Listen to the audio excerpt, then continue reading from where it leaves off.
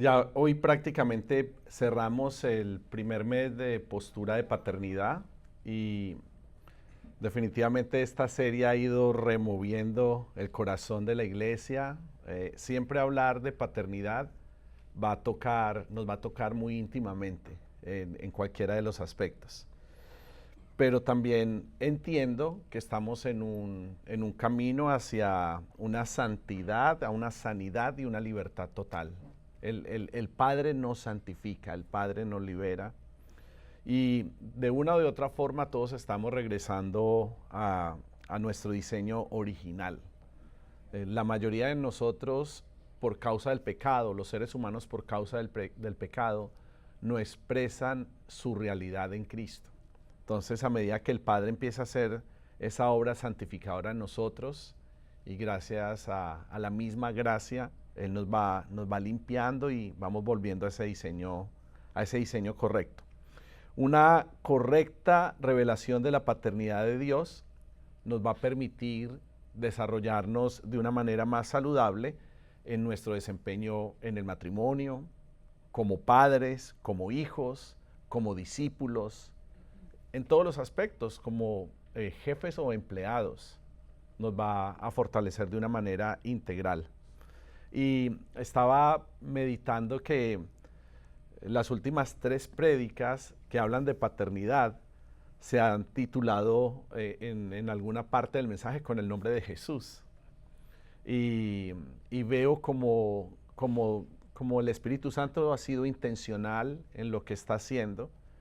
Y hoy no quería desentonar con eso tampoco. Y le puse a este mensaje: Jesús nos reconcilia con el Padre. Definitivamente no conocer al Señor es un camino de esclavitud. ¿A qué somos esclavos? Al pecado, al yo, al ego, a nuestros propios deseos. Y solamente por el Espíritu Santo es que nosotros podemos poner fin a los malos deseos de la carne. Ahí fue de ahí veníamos concluyendo. La necesidad de que el Espíritu Santo nos ayude a transicionar del pecado a una vida del Espíritu. Y el pecado también tiene consecuencias terribles en nuestra vida, pues nos mantiene atados, nos infunde miedo y nos aparta de la verdad y de la santidad de Dios. Pero, ¿qué pasa si vivimos en obediencia? Somos hijos. También, gracias al espíritu de adopción, nos convertimos en parte de su familia espiritual y podemos llamarle Abba, podemos llamarle papá. Entonces, cada uno de nosotros tiene un lugar especial que solamente puede ser llenado por Dios Padre. Todos nosotros, todos allá afuera, tienen un espacio único, como si fuera un tanque que solo puede ser llenado por la presencia del Padre. Y nuestro Padre natural debió haber sido un instrumento para podernos acercar al diseño correcto de esa paternidad celestial. Pero sabemos que en la mayoría de los casos no fue lo que debió haber sido, o de una o de otra manera terminó siendo algo distorsionado, que terminó produciendo en nosotros heridas e incluso traumas. Porque no solamente lidiamos con heridas por causa de nuestro pasado, algunas se volvieron traumas. Y tenemos que aprender a reconocer qué es una herida, qué es un trauma, para que el Espíritu Santo pueda trabajar en nosotros. La pérdida violenta del Padre por un accidente o por enfermedad, eso produce un trauma tremendo. Y necesitamos sanar, que el Espíritu Santo nos ayude a sanar. Pero también los padres, aún en vida, pueden producir muchas heridas en nosotros. Aún nosotros, siendo padres cristianos, podemos producir heridas en nuestros hijos. Entonces es un desafío muy grande el tema de la paternidad, pero yo creo que Dios va a seguir levantando una generación con el deseo de hacer familia y con el deseo de poder ejercer paternidad, hombres con el deseo de ejercerla. Entonces, cuando experimentamos falencia, distorsión en la paternidad, Muchas veces eso va a afectar nuestras relaciones con otras personas, afecta nuestras relaciones con nuestros propios hijos, y es tan crucial el tema de la paternidad que puede afectar nuestro carácter y hasta nuestros gustos. Y a partir de allí, creo que muchos están buscando llenar el vacío del Padre con las cosas incorrectas.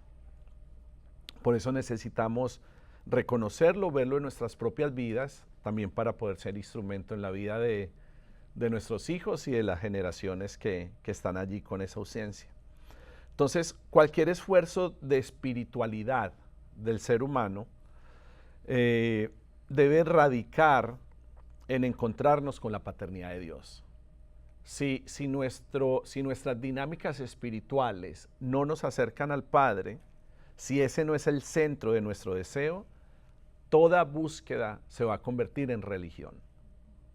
Por eso Jesús, que confrontó tanto el sistema religioso de su época, y por eso les confrontó tanto que vieran a Jesús hablar de Dios como su Padre. Eso fue una de las cosas que más ofendían en el carácter de Jesús. Y Juan 14:6 creo que es un pasaje que todos tienen memorizados, consciente e inconscientemente, donde Jesús responde: yo soy el camino, la verdad y la vida. Sin mí nadie puede llegar a Dios Padre. Y qué tremendo que en esta declaración Jesús no tenga ningún interés particular, no tiene un interés personal, sino que Él entiende que Él quiere llevarnos al corazón de nuestro Padre Celestial.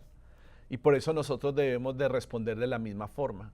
Una sola cosa querer, una sola cosa buscar, y es poder adorar a Dios y poder estar cerca de su corazón, ser una habitación.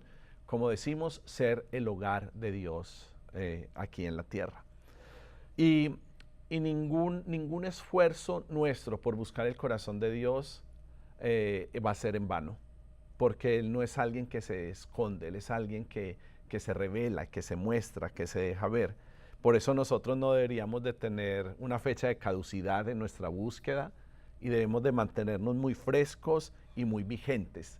En nosotros siempre debe de haber un incremento por el deseo de conocer el corazón de Dios, porque no existe un término medio para alguien que realmente quiere acercarse al amor del Padre.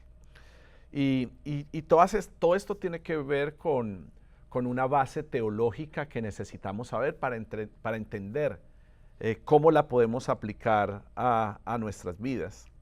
Y yo recuerdo que a mí mi propio entorno familiar me afectó muchísimo, porque yo nací en un hogar donde mi papá él era músico, se dedicaba a la música, y vivimos como en una cultura que todavía era muy machista, en donde la casa dependía de lo que el hombre hiciera, y la mujer era netamente como el ama de casa. Estaba cada rol muy definido. Y yo no tengo nada en contra de eso, pero la sociedad ha ido cambiando en cuanto a estas cosas.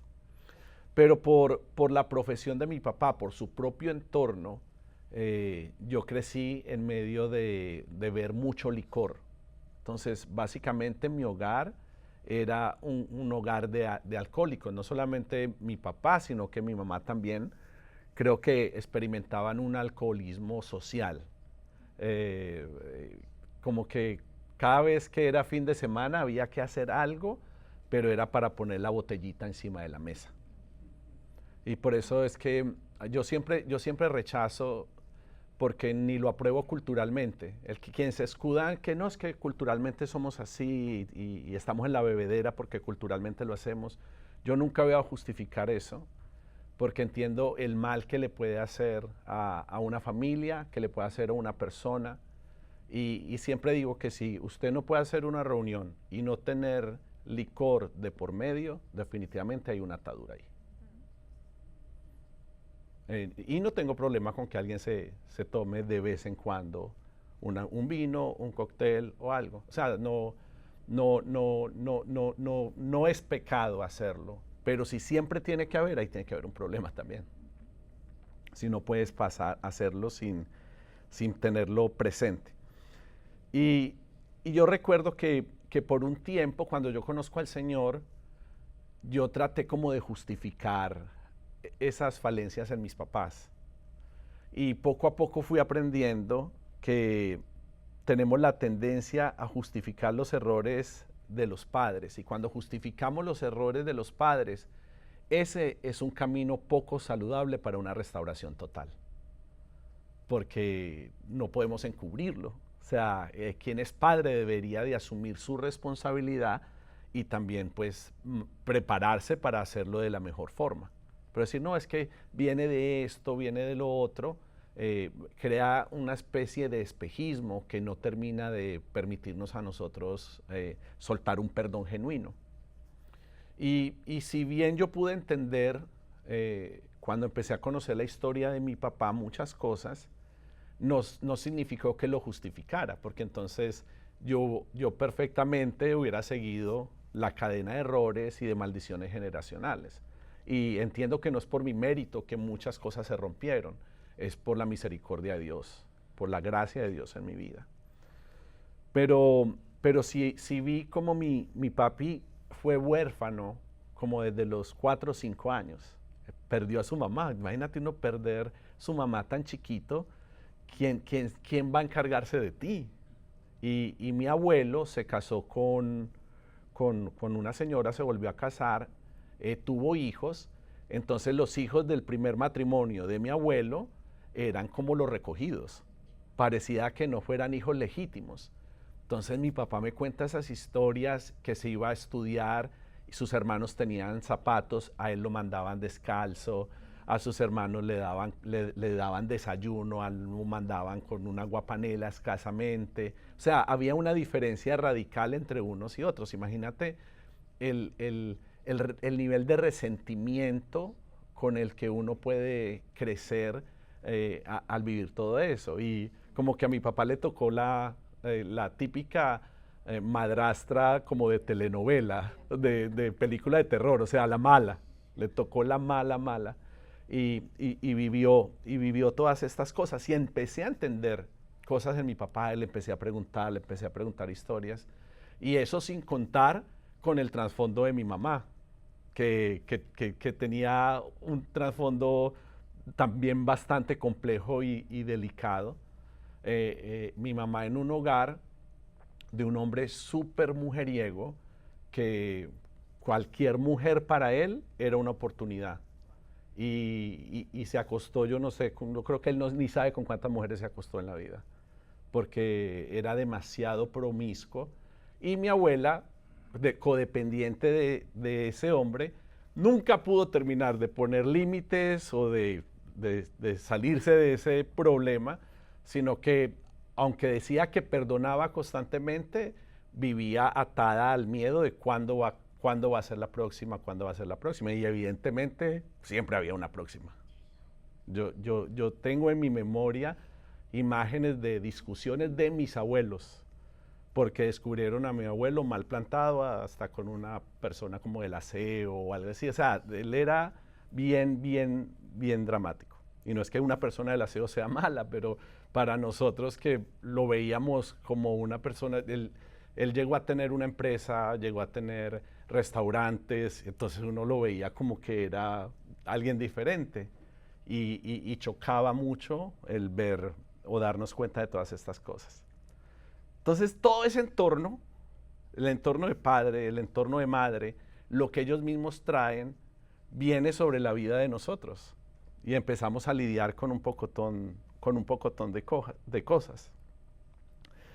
Incluso hay un momento en mi vida donde yo empiezo a justificar mis debilidades utilizando como referencia a mis padres, como que pues es que yo soy así como consecuencia de esto. Y nunca bebí licor y nunca fui mujeriego. No estoy hablando de ese tipo de cosas, porque un hijo tiene dos opciones: o multiplica lo que aprendió del padre, o lo detesta y lo odia para siempre. pero la mayoría de las veces la gente se convierte en lo que juzga. Es la verdad. Entonces, que yo no me hubiera convertido en un tomador, que no fuera un alcohólico, el milagro de Dios. Y que no hubiera sido un hombre mujeriego, también eso fue un milagro de Dios, que yo no conocía a Dios, pero Dios me conocía a mí. Y obviamente me equivoqué en otras cosas, por medio de Cristo me liberó de ir al infierno. O sea, yo tampoco fui un santo, pero mis debilidades se fueron hacia otro lado, que tiene que ver más con la parte emocional. Y eso fue lo que más me ató a mí, la parte emocional. Como que no era algo externo, sino algo interno, de la manera en la que yo sentí como que todo eso me destruyó. Por eso es que Dios quiere que nosotros tengamos una relación saludable con nuestros papás. Y por consecuencia de tener una relación saludable con los padres, podemos tener una relación saludable con nuestros hijos.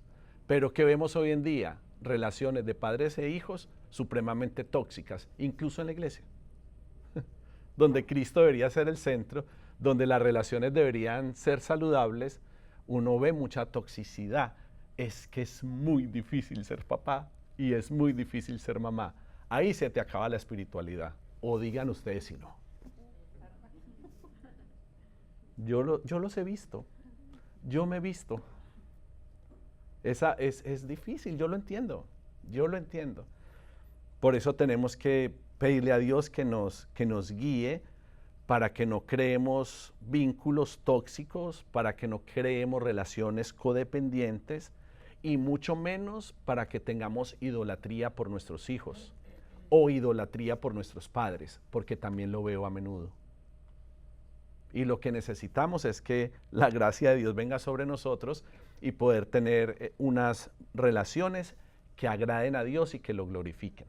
Porque es que si no lo hacemos de esa manera, ¿quién va a terminar ser el centro de nuestra comunión y de nuestra adoración? Pues el ser querido. Y Dios es un Dios celoso. Él no quiere competencia. Él no quiere que amemos más a los que están en nuestro entorno que a Él. Él quiere que nos relacionemos con Él, y es una batalla tremenda, porque es que nosotros nos levantamos y todos los días vemos a la otra persona, pero abrimos los ojos y no vemos a Dios ahí mismo. Hay que ponerse espiritual para empezar a percibirlo, para empezar a entenderlo. Entonces todo ese vicio, ese alcoholismo social desencadenó no solamente problemas y trastornos en toda mi familia, sino que de alguna manera emocionalmente yo fui una persona supremamente frágil y espiritualmente bastante contaminada. De llegar a sentir más relación con el reino de las tinieblas que con el reino de la luz. Me sentía más atraído y más conectado por ese mundo que por otro. Entonces enfrenté muchas situaciones de dolor que me marcaron. Recuerdo que nosotros vivimos un tiempo en Santa Marta, es zona costera en Colombia. Por ser músico, mi papá, viajamos a muchas ciudades y vivimos en algunas de ellas. Y recuerdo que yo estaba muy niño, íbamos caminando y yo vi una piedra, cogí una piedra, pasó un perro y yo le lancé la piedra al perro. Y mi papá se molestó tanto que me empujó con rabia y él no lo calculó. Yo no lo estoy justificando, pero no digo, ay, hay un poste, lo vas a reventar en el poste. No me imagino que había tanta maldad. Reaccionó, le dio rabia, me empujó y yo me estampé esta preciosa cara en ese poste y empecé a botar sangre. Mi papá, solo recuerdo un maltrato físico de mi papá y fue ese día, pero nunca lo olvidé. Él nunca tomó una correa, él nunca me dio una palmada, él nunca me reprendió con palabras, pero eso me marcó. De verdad yo decía, wow, mi papá ama más un animal que a mí. Y esa fue la mentira que yo me creí. Porque es que un niño va a tomar como verdades cosas que vive y las va a atesorar en su corazón. También recuerdo que nosotros teníamos que salir huyendo todo el tiempo de la casa, porque como mi papá llegaba borracho a poner problema, porque una cosa es que un borracho llegue a dormir, otra cosa es que un borracho llegue a seguir la faena. Entonces él quería seguir la bebeta. Qué resistencia la de mi papá, bendito Dios. Tiene tanta resistencia que músico, trasnochar es el trabajo más duro que cualquier persona puede tener. La vida nocturna te agota, te quita fuerza, te quita años de vida, todo. Y mi papá, si Dios lo permite, ahorita en noviembre cumple 80 años. Y yo creo que me cojo más yo que él.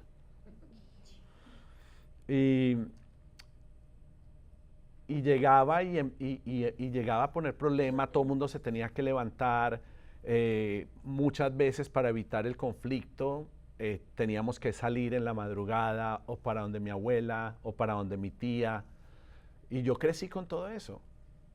Mis tíos por parte de mi mamá, mis tíos abuelos, 3 murieron por causa del licor, 2 por accidentes fatales. Uno se rodó por unas escalas de caracol, se mató. Otro se cayó en una alcantarilla, se mató. Y otro murió por cirrosis, de tanto que tomaba. Y mi abuelo, por parte de mi papá, murió de cirrosis. Entonces el tema como que sí era un tema delicado.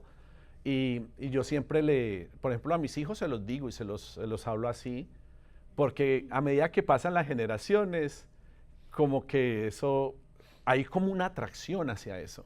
Y yo creo que todos los adolescentes sienten como una atracción a lo prohibido. Digamos que es normal, pero tenemos que aprender a hablar con ellos para que la atracción no los lleve a la condenación, sino que podamos ser un instrumento de prevención en ellos. Entonces, yo veía todo eso. Cuando era chiquito yo ya pensaba que mi papá iba a ser el siguiente en morirse, porque todos iban muriendo. ¿Quién era el siguiente? Pues mi papá. Y vivíamos en una casa de 3 pisos, no piensan que era una mansión. El tercer piso yo no sé cómo lo metimos ahí. Y eso tenía las escaleras más peligrosas que yo he visto en mi vida. Y no había baranda. Y yo siempre siendo niño crecí pensando que en la madrugada iba a escuchar el batacazo, el miedo. Porque me acostaba con miedo porque mi papá no había llegado. Y me levantaba con miedo cuando empezaba a armar el desastre. Entonces, hasta que yo no sentía que había logrado llegar al tercero, el remate de su pieza era en el tercero, que llegó al tercero y como que ya que se quedó en silencio, ahí podía dormir. Pero después, a madrugar, que a estudiar, que no sé qué, con razón fui pésimo estudiante. Y llegaba trasnochado a estudiar todos los días. No día por medio por lo menos, me daba un día de descansito. Pero qué increíble que a medida que pasó el tiempo, pasé de tener miedo a que mi papá se muriera, cuando me hice grande, a desear que se muriera. Pasé de ese miedo y esa angustia a decir que se mate de una vez para que esto pase, ya para que este dolor cese, para que todo esto pase. Y fue muy intenso. Mi mamá vino a Estados Unidos para cuidar el nacimiento de una primita. Su hermana la trajo, se vino con Dianita y me dejó a mí con mi papá. Bueno, ese año también lo perdí, obviamente, académicamente. Y yo era como el ama de casa. Y fue donde más conflicto tuve con mi papá, porque yo ya era un hombre. Entonces yo forcejeaba con él. El niño que le tenía miedo lo enfrentaba cara a cara, y hablando con mi papá esta semana de todas estas cosas, porque créanme que lo hablo desde un corazón sano y restaurado, una relación restaurada. Y estoy hablándoles con el permiso de mi papá. Y hablando con él me decía, uy, yo me acuerdo un día que tú me cogiste como una tabla y me subiste a la cama. Como si hubieras cogido una tabla. Y él me decía, mi papá, yo dije, yo no me puedo enfrentar a él porque me casca. Y yo le dije, wow, pa, gracias a Dios nunca te enfrentaste, porque hubiera podido ser una tragedia. Hubiera sido terrible. Y por alguna razón, Dios siempre estuvo ahí en medio del caos guardando los límites, pues yo lo acostaba, le quitaba la ropa, pues, te duerme ya, y lo tiraba a la cama, te duermes ya, y lo dejaba ahí. Pero era tanta ira la que tenía que era la manera en la que yo lo podía hacer. Y al otro día ya estaba el desayunito. ¡Pa! ¡El desayuno! ¡Pa! ¡El almuerzo! Los 3 golpes, porque mejor dicho, lo atendí como un rey. Mi mamá al año que volvió lo encontró chonchito. Pero viste, nunca la capacidad de sentarse y decir, ¿hasta cuándo vas a seguir en esto? Nunca la capacidad de confrontar, de mirarlo a los ojos y decirle, nos has hecho daño toda la vida. Quizás hubiera reaccionado. Claro, nunca nos enseñaron a eso? Siempre crecimos huyendo al conflicto, huyendo a todo ese tipo de cosas y como que viviendo el día a día, tanto desconocimiento y tan poca sabiduría que teníamos. Es que Dios no estaba y era difícil poder manejar una situación así.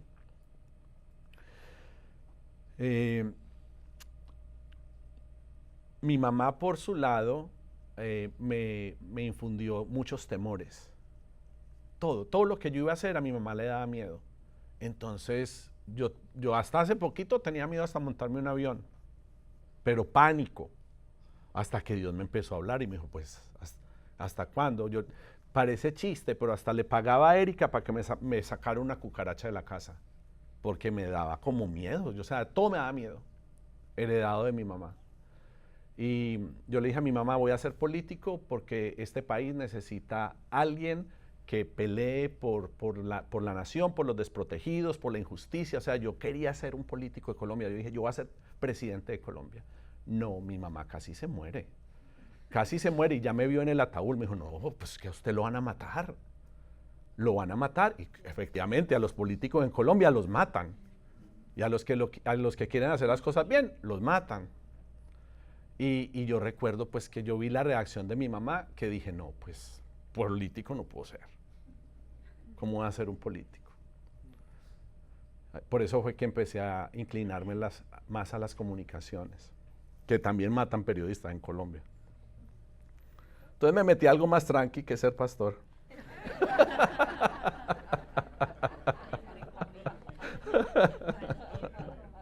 Algo más tranqui, la profesión más tranqui del planeta. Pero la gracia de Dios me ha perseguido, aunque no lo conocía. Y poco a poco fui entendiendo muchas cosas. Y mami, en el último viaje, me confesó algo que yo no sabía. Se sentó y estaba muy asustada y casi llorando. Y me dijo, mijo, te tengo que confesar algo. Yo, ¿qué pasó? Porque bueno, yo sí me parezco mucho a mi papá y también a mi mamá. Entonces yo dije, no, sí soy hijo de ellos. O sea, yo pensé rápido, dije, no, físicamente, o sea, yo sí sé que soy hijo de ellos, o sea, seguro. Eso no es. Sí, y mami me dijo, es que cuando tú eras niño, tú te me perdiste. Y yo no sabía. Y cuando tú tenías 2 años, yo me fui con tu tía y con dos tías, se fue a parrandear. Mi papá trabajando nocturno y ella se fue a parrandear con mi tía a tomar. Y mi tía le dijo, vamos que ya el niño se durmió, él ya no se levanta hasta mañana. No se levanta hasta la mañana. Pues yo me levanté, yo empecé a buscar a mi mamá, mami no estaba, abrí la puerta de la casa y me salí y empecé a caminar.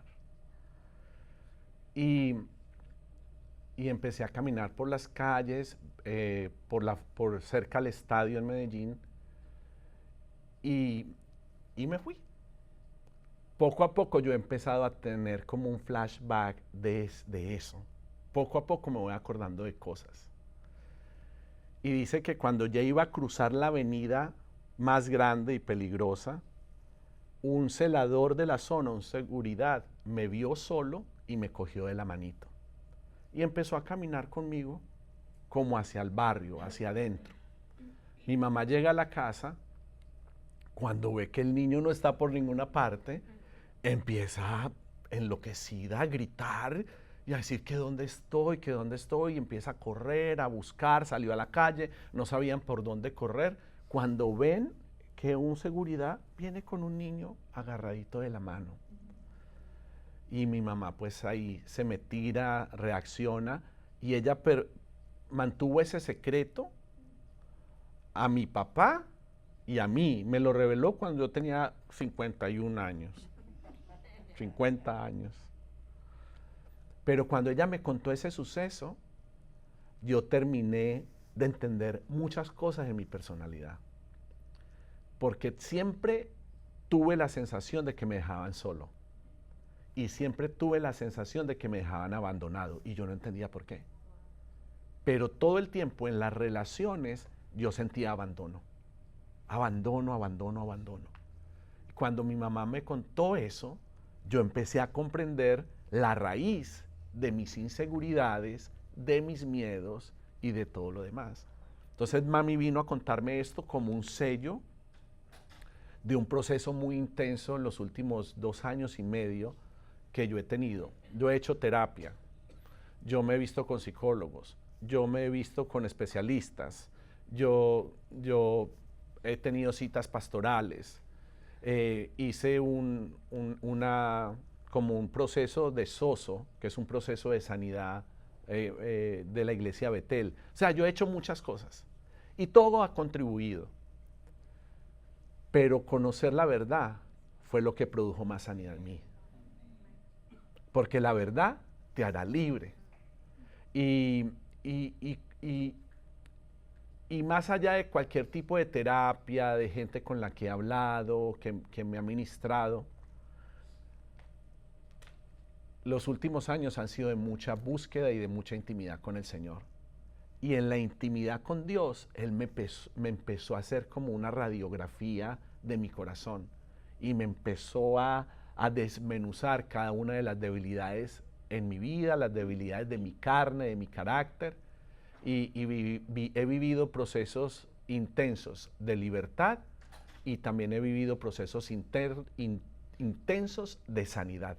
Entonces Dios me ha liberado y Dios también me ha sanado.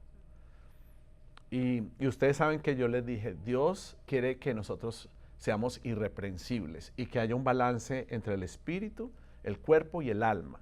Y yo empecé a decirles que lo primero en lo que yo me enfoqué fue en el espíritu. Y luego que empecé a hacer ejercicio, les conté, empecé a hacer ejercicio, empecé a cuidarme más. Llevo años cuidándome, pero cada vez toma diferente intensidad. Me cuido en mi alimentación, trato de hacer deporte, trato de correr, trato de jugar fútbol, trato de jugar pickleball, siempre tengo que ganar, o sea, soy competitivo. Y Dios empezó a trabajar desde hace como 1 año y medio el tema del alma y el tema de mis emociones, que era lo último que yo tenía que tratar porque era el tema más complejo. Y yo he ido aprendiendo mucho y estoy aprendiendo y le he pedido a Dios mucho por la reunión de hoy para que yo pueda comunicarlo de la manera correcta, porque estoy empezando a hablar de estas cosas por primera vez. Entonces creo que a medida que lo vaya hablando me voy a ir puliendo y lo voy a poder ir expresando mucho mejor para que sea también una herramienta de libertad y de sanidad en las personas que lo escuchen, se puedan identificar. Cierro con esto. Cuando Eri se dio cuenta de todo esto, Eri quedó muy impactada y empezó a orar por mí. Y una mañana se levantó y estaba como emocionada y me abrazó y me dijo unas cosas y lo dejó ahí, se acercaba a mi cumpleaños. Y yo, bueno, pues Eri le cogió el amor después del devocional. Y el día del devocional, de mi cumpleaños, me regaló un cuadro. Y yo vi el cuadro y como que hay otro cuadro, ¿dónde va a poner otro cuadro más? Y como no le presté mucha atención. Pero después me dijo, no, tú no estás prestando atención. El cuadro es una palabra que Dios me dio para ti. Todo el proceso que tú viviste, Dios me mostró esto. Esta es una palabra para ti. Dios me habló esto sobre esta circunstancia. Y me dio un cuadro de Jesús tomando de la mano a un niño, llevándolo por un sendero con una lámpara. Y ahí pude verme reflejado y me ministró tanto y me dio tanta confianza. Y está escrito en el cuadro el Salmo 121, 4, 8, que dice: jamás duerme ni se adormece el que cuida de Israel. El Señor es quien te cuida. El Señor es tu sombra a tu mano derecha. De día el sol no te hará daño, ni la luna de noche. El Señor te cuidará. De todo mal guardará tu vida.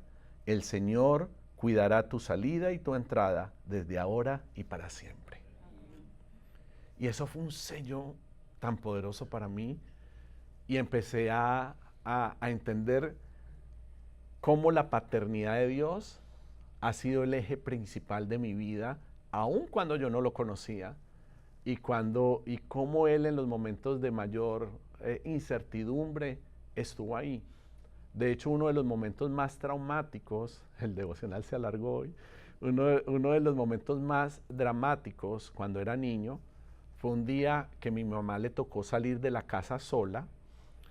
Yo tenía 5 años, ella salió corriendo porque sentía que mi papá pues la iba a agredir, y salió a buscar a la policía, pero me dejó.